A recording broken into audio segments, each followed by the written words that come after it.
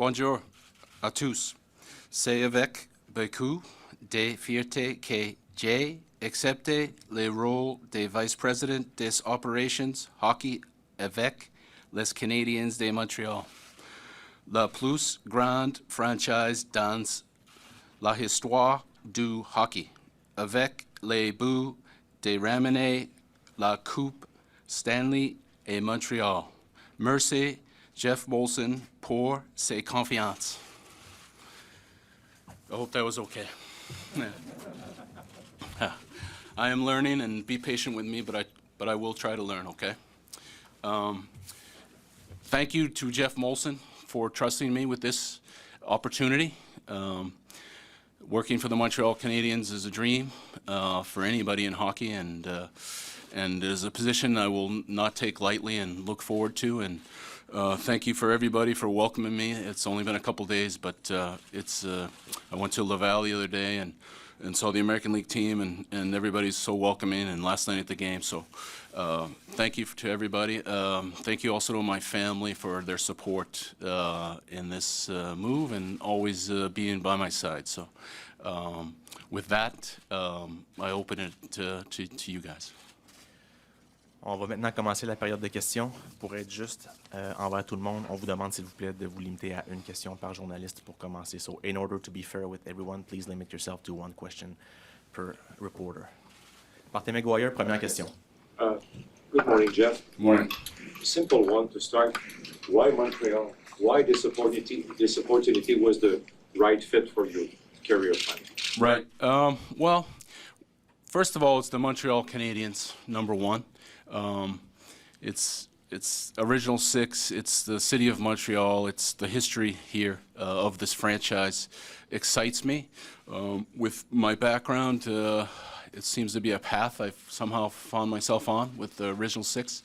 And once I spoke to Jeff Molson, talked about what his thoughts were about where the organization needed to go, what they were looking for. It just felt right, the right fit for me. And so here I am today. Eric Engels. Hey, Jeff. Congratulations and welcome. Thank you.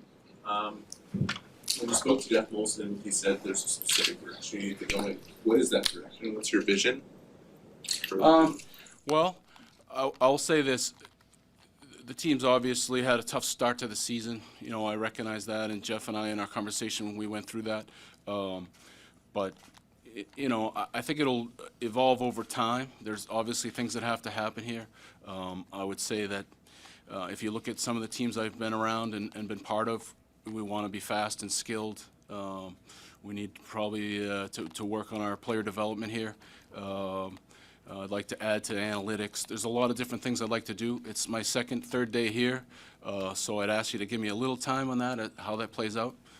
But I think over time you'll see, my philosophy play out. Sorry to break the rule right away here, but you've been speaking very briefly and have asked for patience, both on learning French and yeah.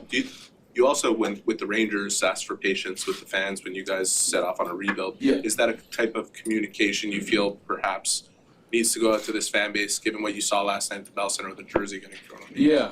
I mean, I think we want to be transparent as possible. But like I said, I want to come in here. Last night is the first time I've seen the team live. So I'm heading to Nashville today. Like to see the team some more before we make those kind of decisions. But I look forward to, spending more time with the players and the coaches and see where we're at. And then we'll go from there. François Gagnon. Welcome to Montreal. Yeah. Hello. It's been an invitation for French. Not as patient for the results, but that's another story. If I would have asked you, what would be your first 5 priorities? Could you already go from 1 to 5 and tell me where you want to work the quickest? What's the first 5 things that you want to fix? Yeah, I mean, 5 would be a lot right now. I think I really want to concentrate on being close to the team and understanding the players and the coaching staff, and also the support staff, scouting. Spend some time with the scouts. I need to do that. So there's a lot of things that go into it. You know, as we move forward, you know, we're going to have to, you know, select as a group here. We'll have to select a general manager, so that's there too. Okay. Arpin Basu. Oh yeah.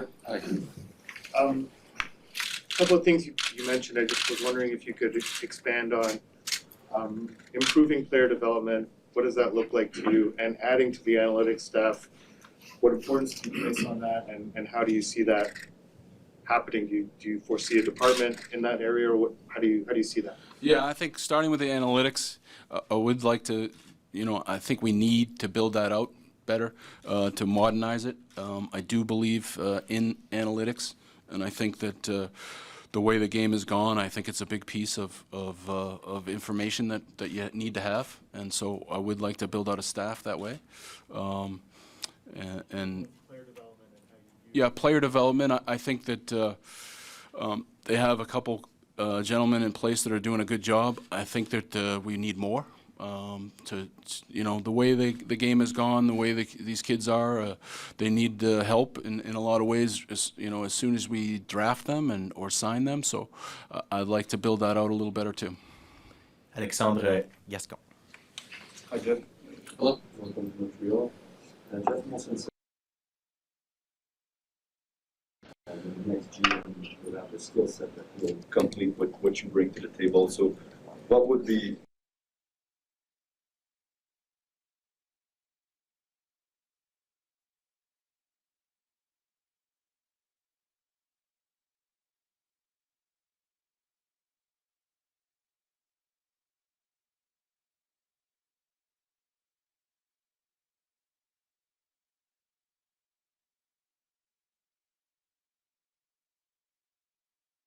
Very best based on, you know, what they have. Maybe they don't.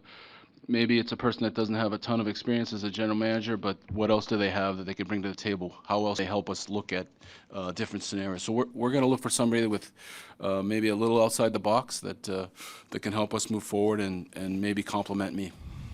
Marc Defoy et Martin Leclerc. Oh, hello. Talking about candidates, you already have one who made it officially that he's interested. Yeah. You must have heard about Patrick Roy. I've heard of him, yes. Like I said, I don't want to answer this every time, but I'm just getting here and getting a feel for the organization, and you know, as we move forward and talking to Jeff and figuring out how we're going to go about picking that general manager, we're going to look at everybody so that we think could be a fit. So I'm not going to rule anybody out. I'm not going to say yes or no to anybody, but certainly Patrick Roy, I heard that he made that statement. I know he's a passionate guy. I know a lot of people that know him well, and I have, you know, obviously a lot of respect for somebody like that. But if I may, would you mind to work with an emotional guy like him? You've been in Boston. Yeah. Okay, Cam Neely wasn't president then, he was player. Yeah. And, you know, some people don't like the way Patrick acts, you know, he's very emotional. But you knew a guy who was in Boston, Cam Neely. Right. As a president, he's pretty emotional too. You see him on TV, and you know he's gonna throw a bottle and slam the table and everything. I mean, to answer that, I'm not scared of anything.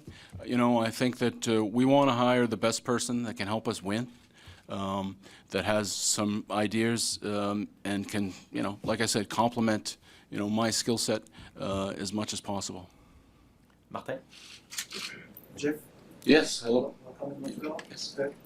With the Rangers, you worked within a structure. You had a president working with you. Is that the kind of structure that you want to replicate here? Like with you having the kind of role that John Davidson was having with you as a general manager? And when you were the general manager with the Rangers, were you in full control of the job? Right. Well, I think the game has changed a little bit now. If you look around the league, you guys mentioned Boston and Toronto's. You see a lot of two-man, you know, complementary systems that everybody's working in collaboration. That's I think what we're going to strive for. So listen, I've been a general manager. I believe once we hire a general manager, that general manager is going to need some authority to make some decisions. And I believe with my history and the amount of time, my experience in the game, I think I'm going to be a pretty good asset for that person. So that's one of the reasons why it attracts me to this position. As far as in New York as general manager, yes, I had authority to make decisions. The way it works a lot in hockey is you build out your staff. You want to have guys, people you trust, and you make your decision based on your inner circle. And I think every team is the same. You'd be surprised. There's not a lot of teams that are making the decision one person. So we'd like to build that tandem and make decisions as we move forward. Guillaume Lefrançois, Ace 2 Cowan. Hi, Jeff. Hi.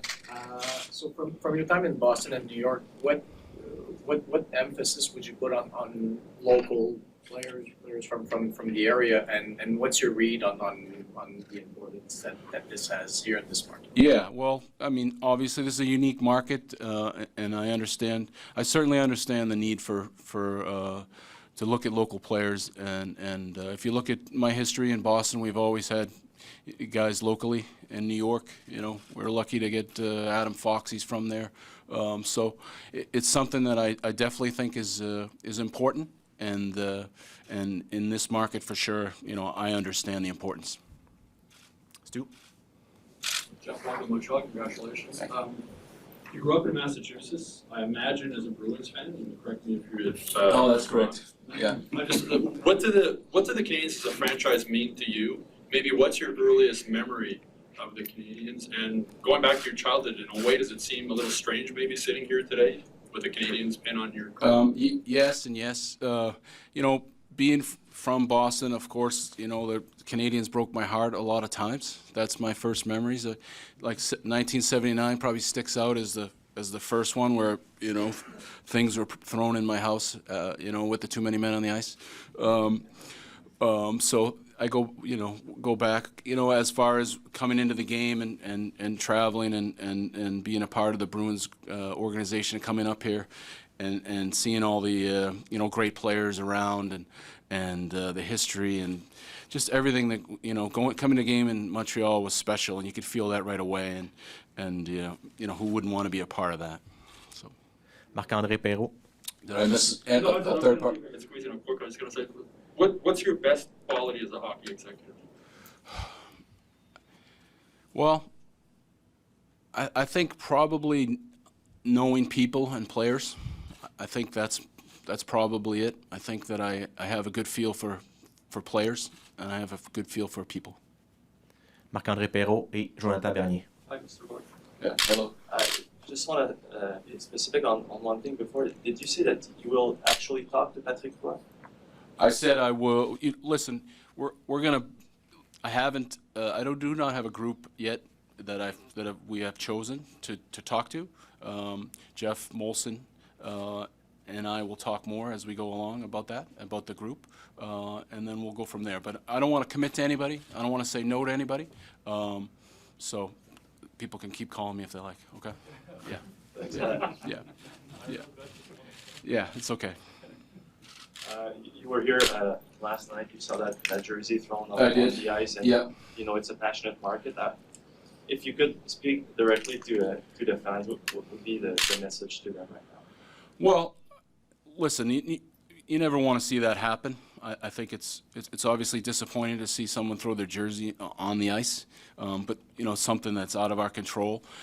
My first concern and my thought is to the players, and people that are out there trying their hardest, and it's a tough thing to see. So I would say anything that is not going to help the situation, but again, we can't control it.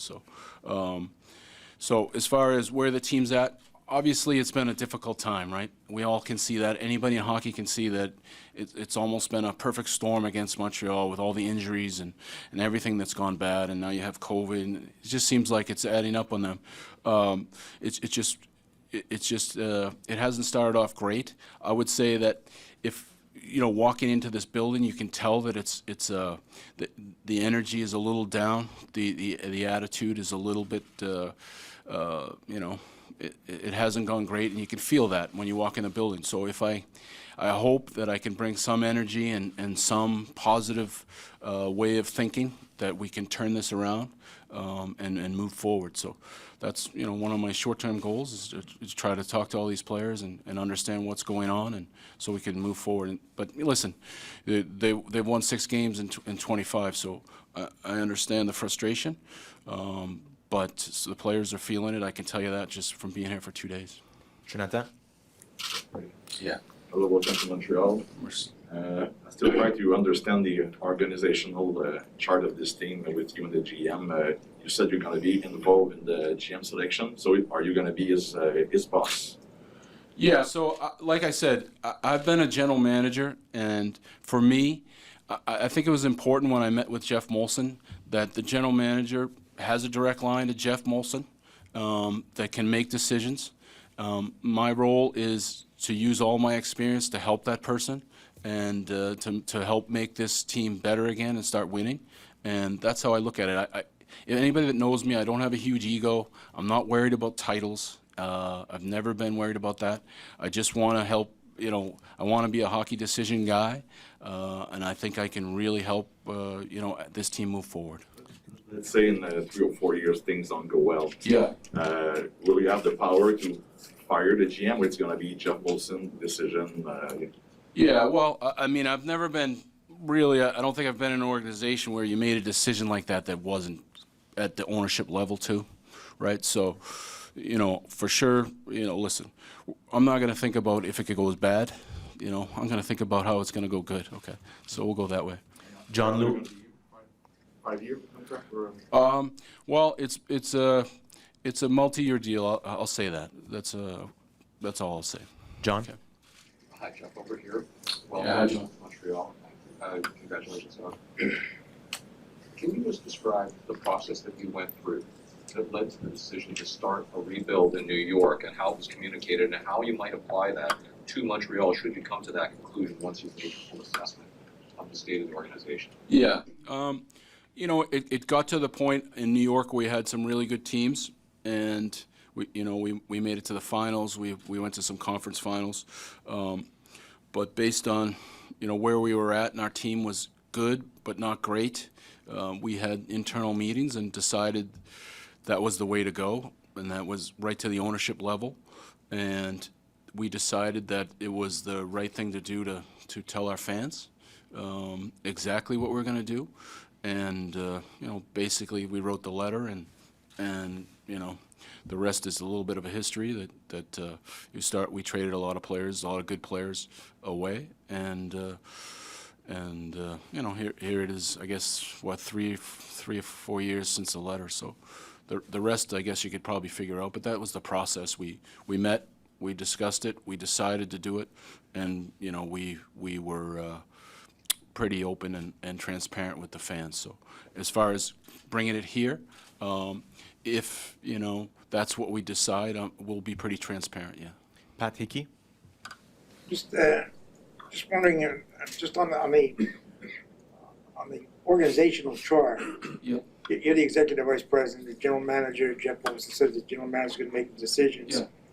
You have 6 or 7 years experience as a general manager in both Boston and Yeah. New York. You're going to have someone working with you who has no experience at all as a general manager. What happens if there's a disconnect between the way you're thinking and the general manager thinks?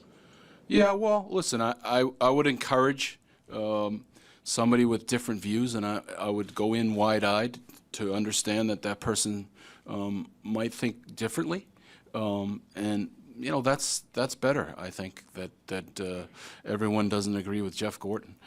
So I think when we are out in that search, we're going to look for somebody that has different views, that has a different background, that can complement me. So listen, anyone that's ever been in a hockey room has had some FU fights with people about what to do, and at the end of the day, you make the right decisions as a group, and you move forward and you live by those decisions. So it's not going to be any different.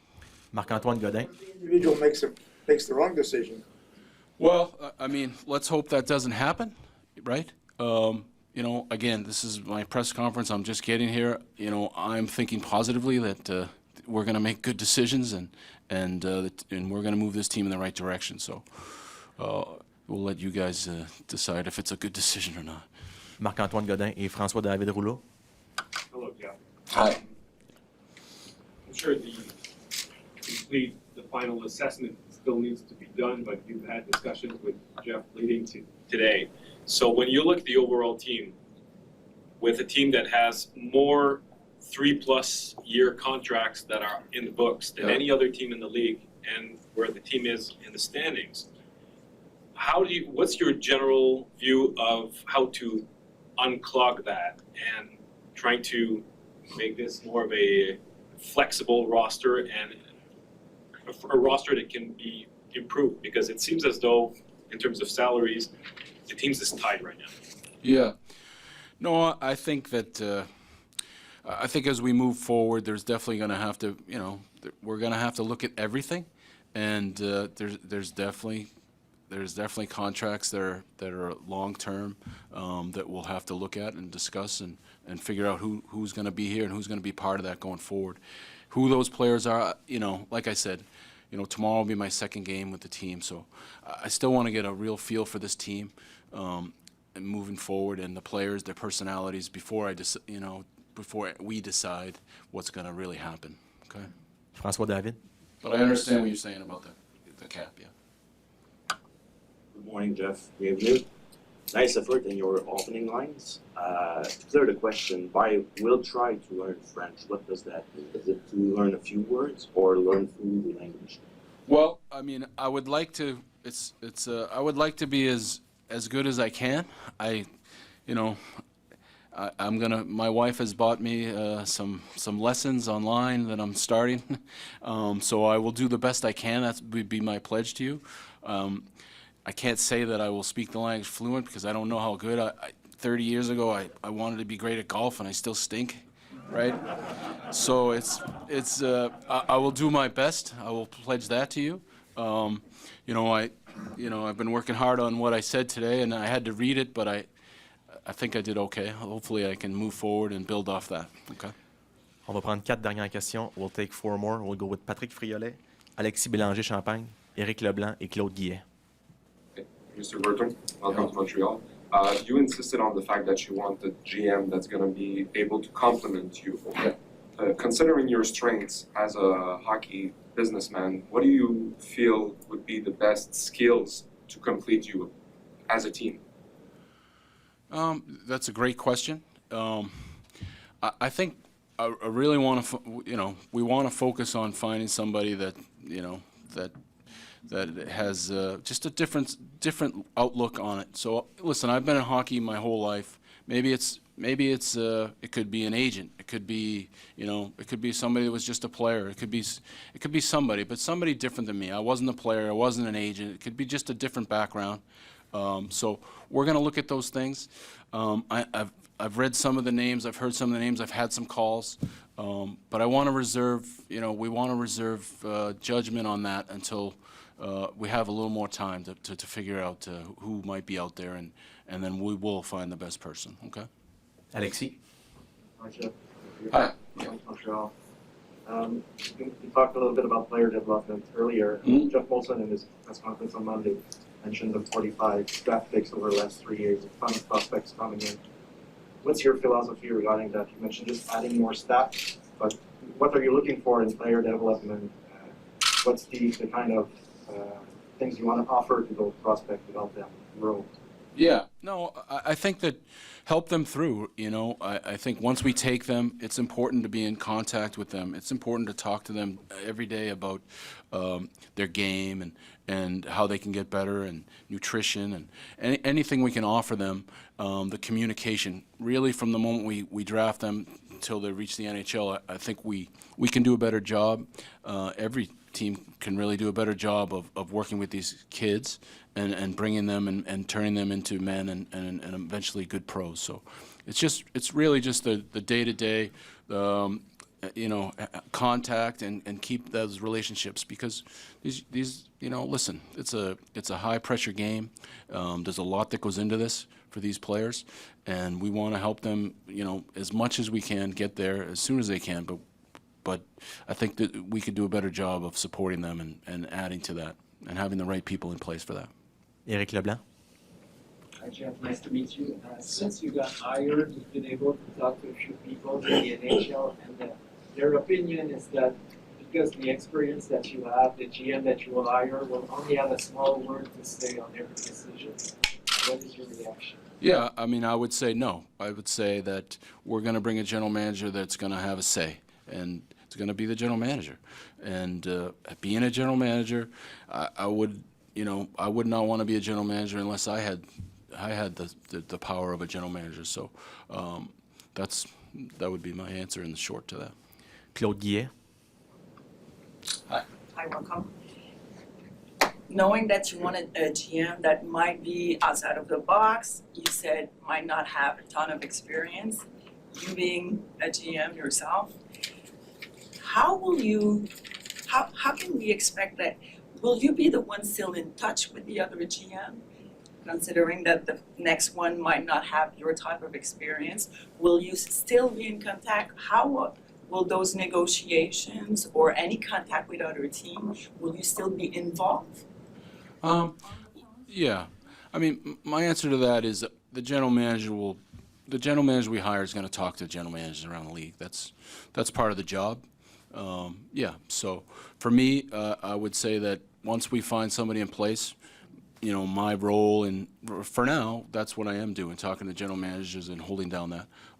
But as we go forward, we're going to empower the general manager to talk to GMs and try and make deals and whatever it is. But listen, I think they're bringing me here for a reason, to help, right, and use my experience and help that person. So I'm confident that we could find the right person. We can work in tandem, and we can move this thing in the right direction. We'll take a follow-up from François Gagnon. Just a quick one, Jeff, to finish, please. Going on a time frame base here and going instead of over/under, I'll go before or after Christmas. Okay. A GM before or after Christmas. Well, I would say, based on what day is it? It's been a crazy week, so. Oh, we're in December. Okay. I would say if you give me the over and under, I'm going to say after Christmas. Okay. I mean, I think that that's to be determined. I wouldn't want to give you a date yet. And finally, is your coach safe for the entire season? Yes.